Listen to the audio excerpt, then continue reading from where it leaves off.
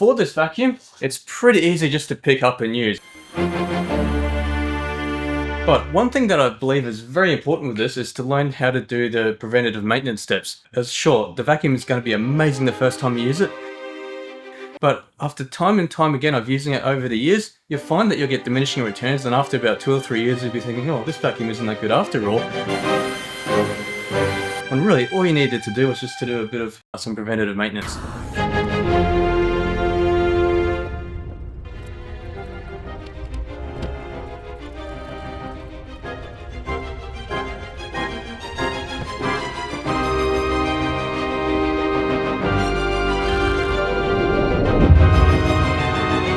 Alrighty, so now let's get into some of the controls and the indicators for this. And so you have a little button on the back here, you have a button here, and a button here. So all up just 4 buttons to remember. So the first one, and that being the on switch.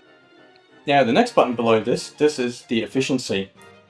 When it's operating at maximum efficiency, you'll find that there'll be a little green light here.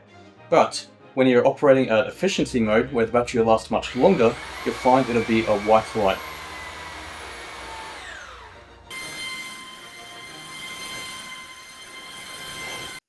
And the third one is in regards to this roller at the bottom here. And so as a default, the roller will be spinning when you turn it on, but then you can actually choose to turn it off.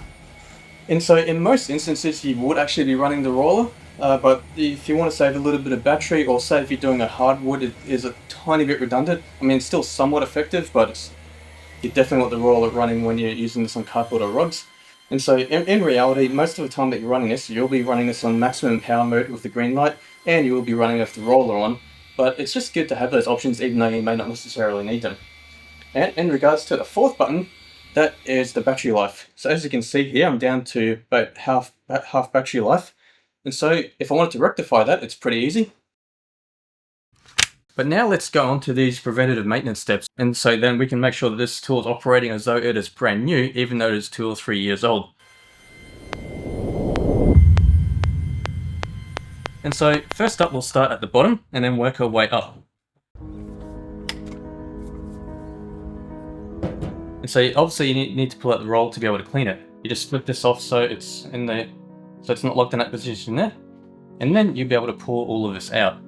And then, as per usual, you probably need scissors or a knife to actually cut out some of the bits of stubborn hair that is stuck in this. It's a pretty easy process.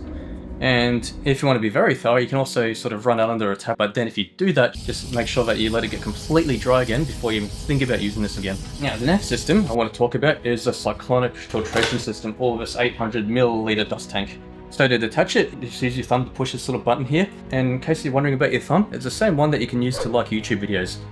So you press that in like that, and then it just comes off. And the other thing that you can do if you YouTube liking thumb, you can press this, and say if this is filling up and you're halfway through your vacuum, you can just do that and tip it out, and then close it again, and then continue as per usual.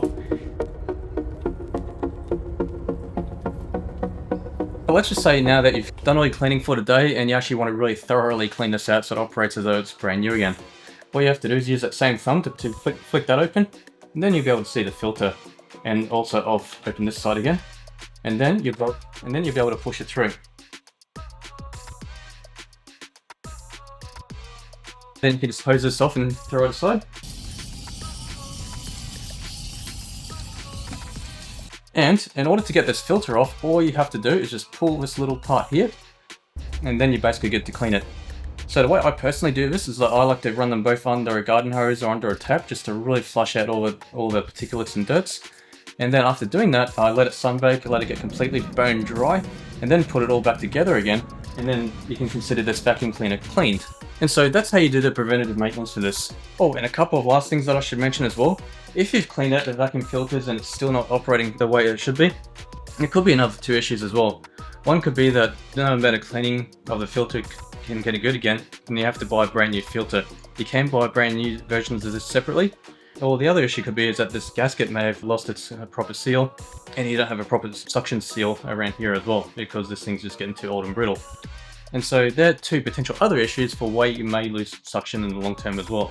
These are not likely to happen, but I just mention it as a troubleshooting thing. And now I'll go on to the review part of this video, because this is a how-to and a review.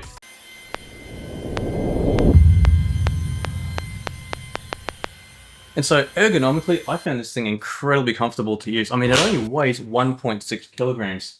And when you include the battery, it brings it up to approximately about 3 kilograms. You can have 1 amp hour batteries, or you can have 5 amp hour batteries. So you can pick the battery that's going to suit the durations for which you're going to be using this. But one thing I'd recommend to do as a minimum is to have at least 2 batteries, so that way if you deplete your first battery, you can then recharge it as you're using your second battery. And so how does it perform? Well, to cut a long story short, pretty much exactly the way you'd expect it to. It does get those little bits of hairs that are ingrained in carpet, and it's pretty good for getting hard floors as well. Now with the attachment here as well, it doesn't only have to be for carpets. You can put on different attachments and then use it for your car as well. Now, should you buy this tool? Well, if you have carpets that you need to vacuum, I'd say yes. If you have a couple of small mats and you're mostly hard floor, I'd say that this thing's probably a little bit of overkill, because as far as hard floors, you get just an effective and also much cheaper result just by using a mop. But as for my final verdict, I think this tool is great. And if you don't want to take my word for it, well, just consider this, that I put the word out that I wanted to start reviewing Ryobi tools because I've pretty much gone through a lot of the Azeto ecosystem and I'm running out of Azeto tools to review. And when I put the word out, I had 2 people come to me straight away with this exact product. One version being 5 years old, one version being 1 year old.